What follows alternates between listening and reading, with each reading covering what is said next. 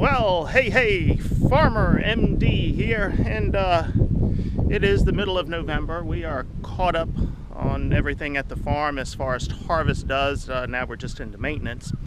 But we do have to get ready for the winter, and that means putting snowplows on all of our equipment. As some of you know and have seen videos from last winter, I do have 3 farm tractors that we put snowplows on, and we plow for our county highway department. So this year I am adding another piece of equipment. So as you can see behind me, maybe I'm going to put a snowplow on my newest Ram truck. So I've got a Meyer's 8-foot snowplow here, all of the stuff to get it hooked up, and then I've got a salt spreader to go in the back of the truck. This is a 2 cubic yard SaltDogg salt spreader. I've opted for the poly and the electric model. So it has a stainless steel auger in the bottom, run by an electric motor with an electric spinner on the bottom. So I've got to change the oil in my truck first, and then we will start putting everything together here, putting it on the pickup truck, getting it hooked up, making sure it's right, and get ready for our first snow.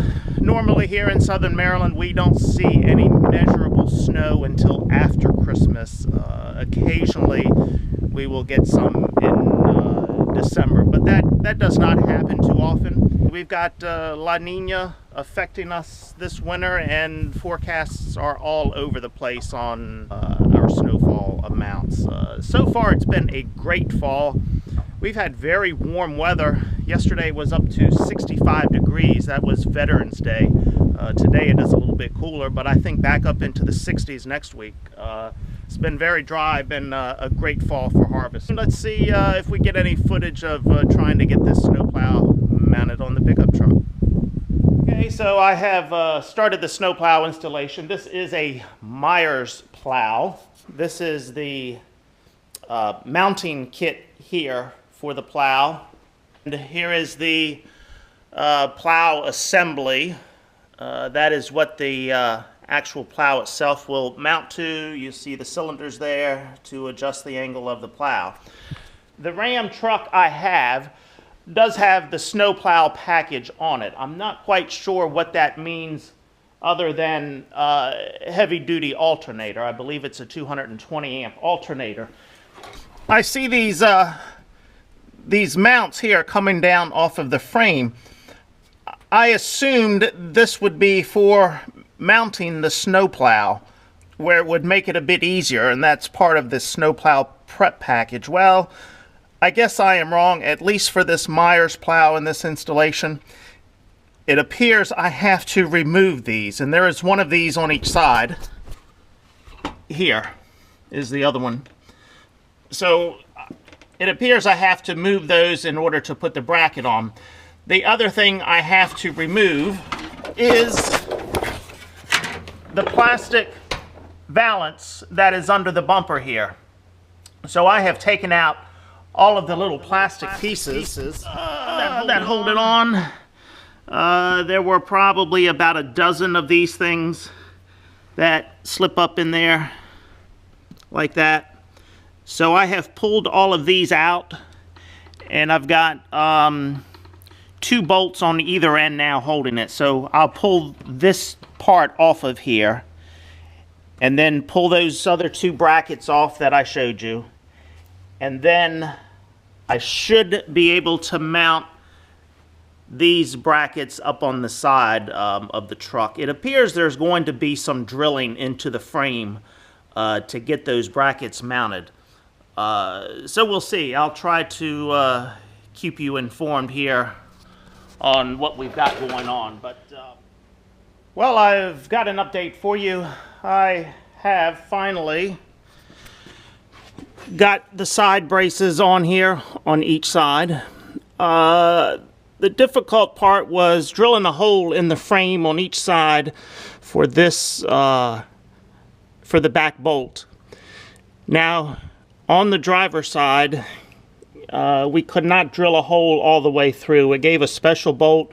You had to drill a 1-inch hole through one side of the frame, and then with this special bolt put back in there, it had a tab on the inside to hold it in place. Of course, I dropped it down inside the frame once and had to get magic claw here to fish it out of there, but I've got it out. So I've got everything bolted up here. Now I am putting the cross member on here.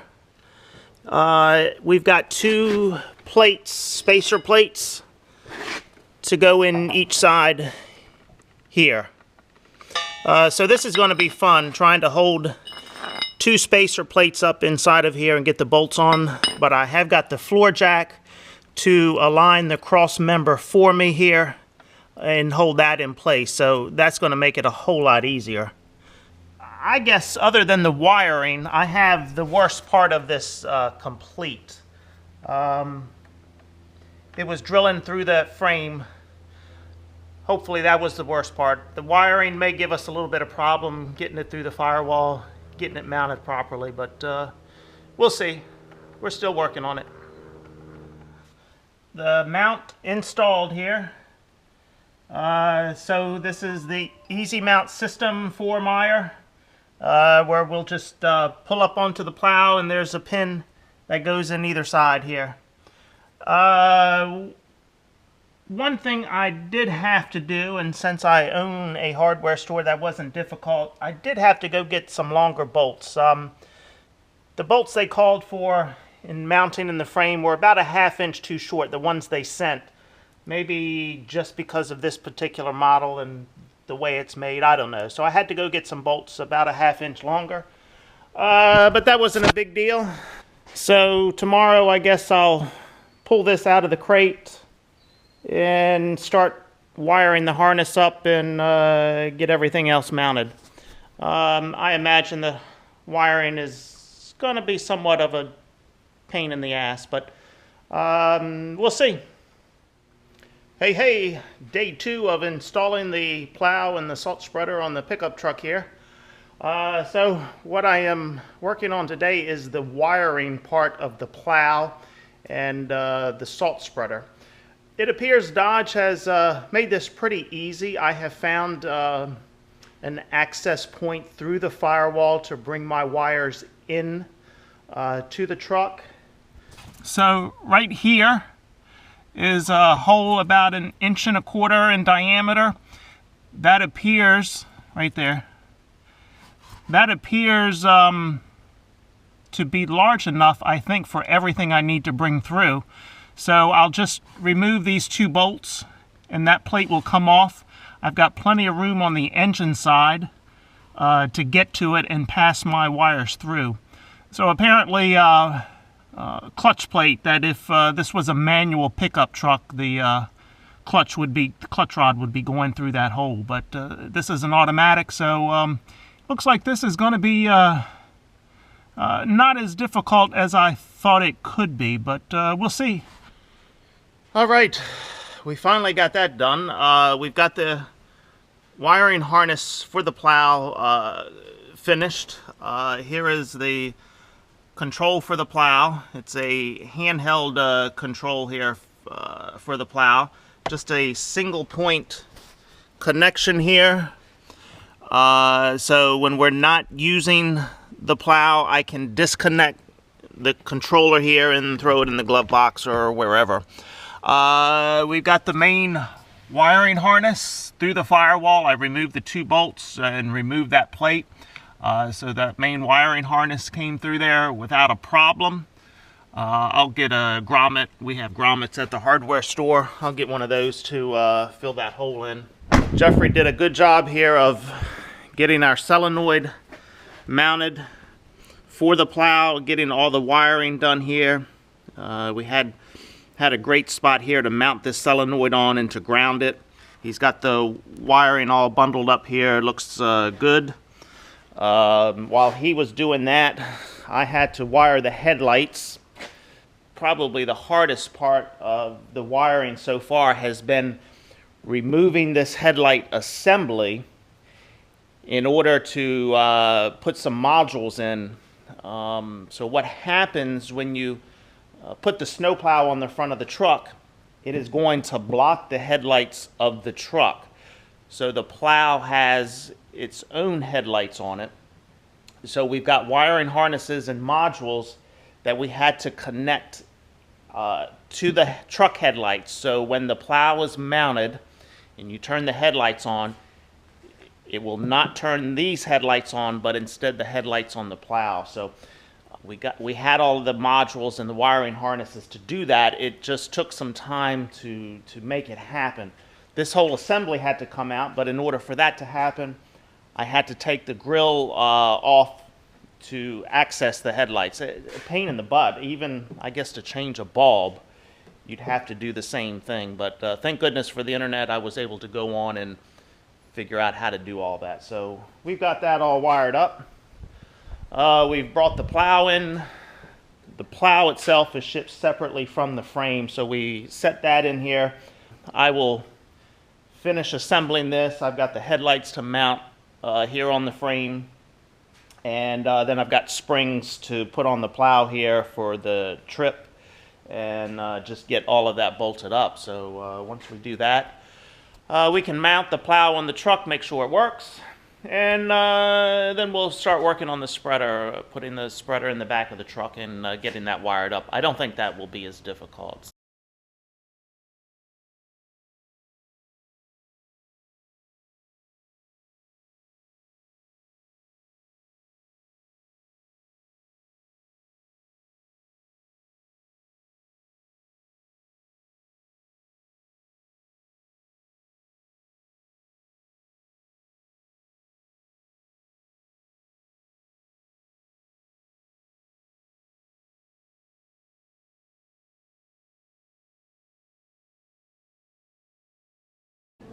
Okay, the moment of truth. I think I've got everything set up here on the plow now. We've got the lights mounted. We've got the springs on. I will drive up to the plow, connect it to the truck, and see what we got. See if everything is working on it. Let's cross our fingers and hope for the best.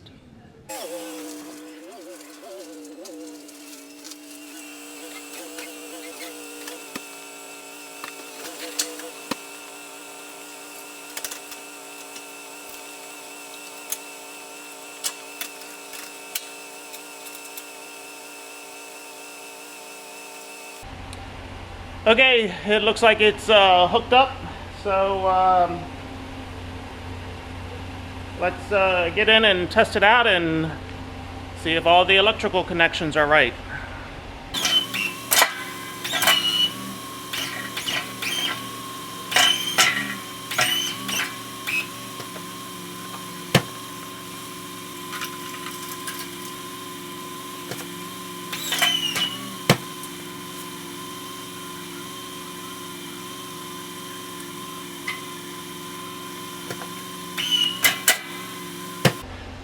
Well, okay, as you can see, the plow goes up and down and it moves side to side, but I do not have the lights wired properly, apparently, because my headlights are on, but the plow lights are not, and that should be just the opposite when the plow is hooked up. So I will go back through and read the instructions rather than just look at the pictures. To see what we missed there, and hopefully it's a simple fix, and we'll get this wired up. But otherwise, looks like it's okay. Everything went up here like it should, and is working like it should. So let's get these lights fixed, and then get this spreader installed. The sun is shining now, but hopefully it will snow one day. Okay, so after reading through the instructions, there is a wiring harness I forgot about, did not put on, and a switch in the cab. I thought we did not need the switch, but yes, apparently we do need the switch for this particular application. So I have taken the front grille off. It was only 4 bolts holding the front grille on the top, and then it snaps into place, 2 places on each side. The headlight, there are 2 bolts, one here and then one here. And then, all right, I thought I had this one just about out, but I guess not. Okay, and then what Dodge does is they put an access cover here in the wheel well. And back behind here, there are 2 retaining clips that you pull out that hold that headlight module in place, and then you can, once you pull the retaining clips out, the headlight module will come out. So hold tight. Okay, I've got the 2 retaining clips out, and so now this should just pop out of here like that. And then I've got to check the wiring back here and add another harness to it. So that's what I'll do, and hopefully that will get our lights working. Hey, hey, hey, look at that beautiful sunset today. It's a great evening, turning a little cool. It was a nice day today, but this is even better. Everything is installed. We've got the salt spreader on here. This is the SaltDogg 2 cubic yard electric model. So it's got a stainless steel auger run by an electric motor here, and then a spinner also run by an electric motor. And even better news, we've got the plow lights working correctly. So it was a simple wiring issue. I just didn't get right the first go round. Went back in and changed it. So our lights are now working. 8-foot Meyer's Lot Pro snowplow. We've got everything hooked up, ready to roll. So let it snow, baby, let it snow. We've got all the controls mounted inside the truck. Real clean install. The box here for the spreader. Let me turn it on here. And we have an adjustment for the auger to speed up or slow down how much salt is going out, and then the adjustment for the spinner to how far it's going to throw it, and then the handheld controller for the plow, up, down, left, right. The cool feature about this plow is hands-free operation, where you can put it in the hands-free operation. So when you hit reverse, the plow goes up automatically. You go back in drive, the plow goes back down. So that's a pretty cool feature. I think I'm going to like that. So here you can see the spinner is turning there. I've got it on. And the auger down there turning as well. So everything is working and ready to go. So as I said, let it snow. I do have one small project about it. I've got a tarp that goes on here, but I may adjust that, or I may modify it so I can stand on the ground and roll it on and off, similar to my grain truck. Right now, as it is, the tarp just goes over here with some straps. I think that'll be difficult to do when everything on the truck is snowed and icy and wet, and then climbing up on the truck trying to put the tarp on or take it off. So I am going to look at an easier way for the tarp. But otherwise, I'm ready.